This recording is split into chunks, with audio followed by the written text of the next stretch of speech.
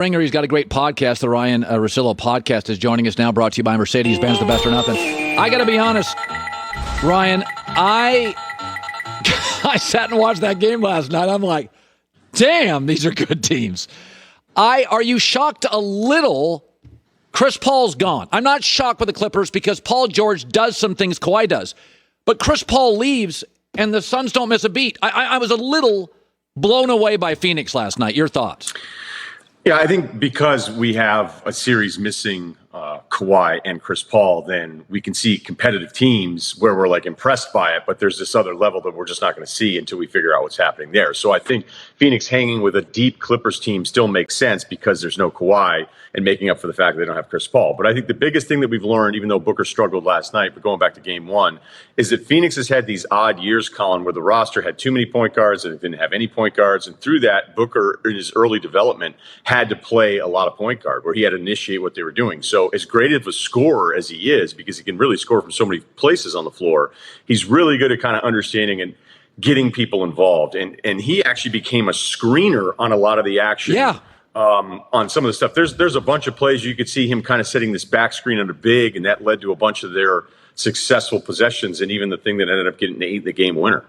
You know, of all my friends, Ryan, you do a great job on the combine for the NBA. You go deep on it. You know these players. You know these college guys. You really know personnel. And I remember Deandre Ayton came out, and I loved him in college. And then after about a year, I'm like, I don't know if that works. Now I watch him, and I'm like, wow. Go back to Deandre Ayton, because I remember his first year in the league, and, you know, we make these kids, hey, go be great in the NBA. I thought there was talk of like it doesn't work. He looks like an all-star to me. I mean, what do you make of him? Yeah, you're absolutely right. And I'll give you two kind of pieces of the timeline. I remember being at the combine for his class, right? And I was talking to, I think it was a scout with the Spurs. And we were just like, hey, what do you think about the top of the draft, right? The Spurs weren't, so it wasn't like they were telling me anything, so I don't want to get anybody in trouble with San Antonio here. And I go, you know what was weird? Watching him in Arizona, he kind of was all over the place defensively. And the scout made a great point. He goes, go back and watch, because they were asking him to cover for everybody else's mistakes all the time while he was in college. And he was a freshman. And you're like, oh, wow, that's why, like some people would say, oh, he's getting burned, he can't switch on smaller players, is what you always hope to have in a big, because as we've learned the last few years, these really good regular season bigs and centers, sometimes defensively, they're just eaten up in the playoffs because everybody goes and attacks them and brings them further away from the basket. So with Ayton, you're like, okay, he should be able to do that. But then the problem was, I thought at the beginning of the year offensively, and look, this is not some, hey, we were wrong, and now, you know, now he's awesome because he's always been awesome. I think his teammates lacked confidence in him. I think he may have lost a little confidence in himself offensively. But you know what he never stopped doing? He never stopped fighting. He never stopped fighting for rebounds. He never stopped fighting defensively. If the Clippers want to go small and Ayton stays out there, it's not about him scoring. It's about him beating up on everybody on the glass. And so he has become not just a guy who defensively can do a bunch of different things, but somebody that is cleaning up in some of these other possessions. And I mean, he's just better than Zubac, who isn't a terrible player at all. So Ayton, I think, had a dip during the regular season and has really rebounded from that in a big way. So, you know, there's a lot of NBA stuff to unpack here, and you've got great contacts. The Ben Simmons situation is we tend to, I mean, he played 1 year of college, he got hurt, he got in the NBA, he hasn't played that much basketball. And it's easy to just say, let's get rid of him. And my takeaway is, well, you're paying him a lot of money, he does have value. We found out you can even move a Russell Westbrook contract. You can move contracts, okay? Chris Paul, we thought it was a horrible contract. Now he's invaluable. What do you do with Ben? I mean, to me, I said it the other day, Hollywood marriages, we think they're going to work. They're good looking. Their careers are great. And it's like sometimes you need a big fight to go, oh, this doesn't work. They needed the Atlanta series because now you cannot argue, well, if you just tweak this, it's like, okay, Embiid Simmons probably doesn't work. What do you do with him? Well, Embiid Simmons has never worked, okay? So, you know, we're on year 4 of this topic. And the funny thing is Philadelphia still could have won that series. I mean, this whole playoff season is so messed up with all the injuries and the oddity of this last kind of 2 years that we had in the NBA that I still think Philly could have won a title. And it didn't mean that it worked. Because when you watch when Philadelphia is running their offense, you know, there's a lot of stuff that'll happen over the course of the game, but it really comes down to those last like 6 or 7 minutes when everybody's keyed up, the score is close.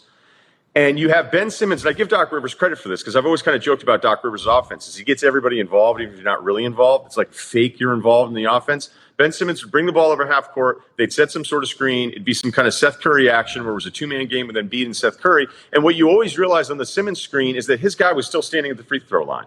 Like he was never like, you know how you usually see four people when one guy's screening for the other because everybody's trying to figure out what the decision. With Ben Simmons, it's always three guys because his guy's like, I don't care. Why would I go back out there?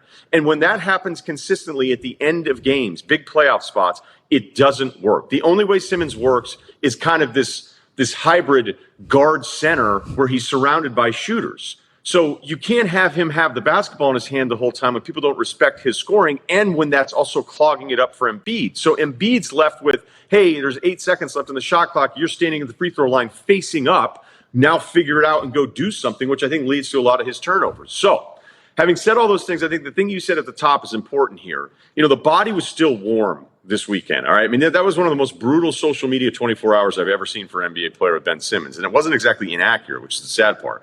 But removing ourselves from the emotion of everybody being like Ben Simmons is the worst ever, there will be a market for him. But I don't know why you would bother bringing him back for Embiid one more time. And Daryl's a really smart general manager. He's not just going to give the guy away, but to pretend on Monday that there's zero market, no one's going to have any interest because of that contract. He's still young. He's an all-defensive player caliber type guy. You just have to have a much better fit. And the Embiid fit has never worked out. In Philadelphia, people that were emotionally attached to the idea of their success working out always denied it. Finally, I know this drove me nuts and it drove you really crazy because I was on Twitter last night. But I thought a lot about the Booker play in Beverly. And this is what I came to. First of all, we did not create replay for the first, second, or third quarters. We have people in the NBA, coaches get fired who lose a game 7. Players get shoe deals based on who wins a series. You got to get it right. And it's like speed limits. 55 miles an hour on the 405, Russillo. You and I drive 70. Rush hour, there's no tickets. Move the traffic along. NBA game. I don't. I'm safe as it gets. But mostly, we're just trying to move traffic along. NBA games, like soccer, they fly by. But speed limit in the school zone, you're 4 miles an hour over 35, you're getting a $500 ticket because it matters more. We created a replay, Ryan, for the last 90 seconds of these playoff games where shoe deals, coaches fired, players traded if they don't win. And so this morning it drove me nuts and I thought, okay, I got to come to terms with it. It was the right call, although it drives me nuts. Your takeaway. Terrible. Completely disagree. Replay's awful. It's always been awful. People that argue that replay gets it right, we're actually doing replay and getting it wrong. Anyone, okay? I never played a game anyone's ever cared about. But anyone that's ever played any level of basketball, if that's what we're doing now, where somebody slaps it out of bounds, like if you're one of those guys that's like, well, it's kind of off Booker, the game was fine for decades, never making this call, okay? Because that also means every other out of bounds play where somebody's reaching in or blocking it, because if you block somebody's shot, if you want to go micro processing film speed here and whatever, I'm just making up stuff, shutter speed, then it's kind of always going to be off the offensive player. So that's not the point of this. The whole thing of replay, like, oh, we just need to get it right. We're getting it wrong, and we're taking too long. You just mentioned soccer, hockey. I'm a big F1 guy. You know the deal. Baku and Monaco, those kind of places you hang out.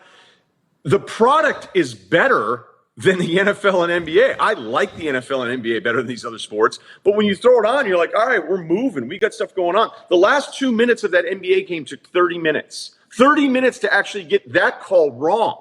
So I don't know what's up with this. Do people want more regulation? If replays got things right, I would be fine with it. But we have not, forget that play, Colin. We have plays where we see that it's actually like an offensive foul, and that's what led to the out of bounds, but we can't call the offensive foul in the replay, so we got to do that. So I'd say get rid of all of it. It's all a massive waste of time. There are going to be mistakes. It's not about human error versus this, because the replay part of it gets it wrong, because the way the rules are structured. We need less regulation because it's hurting the product. I don't want to sit around. I love this sport. I don't want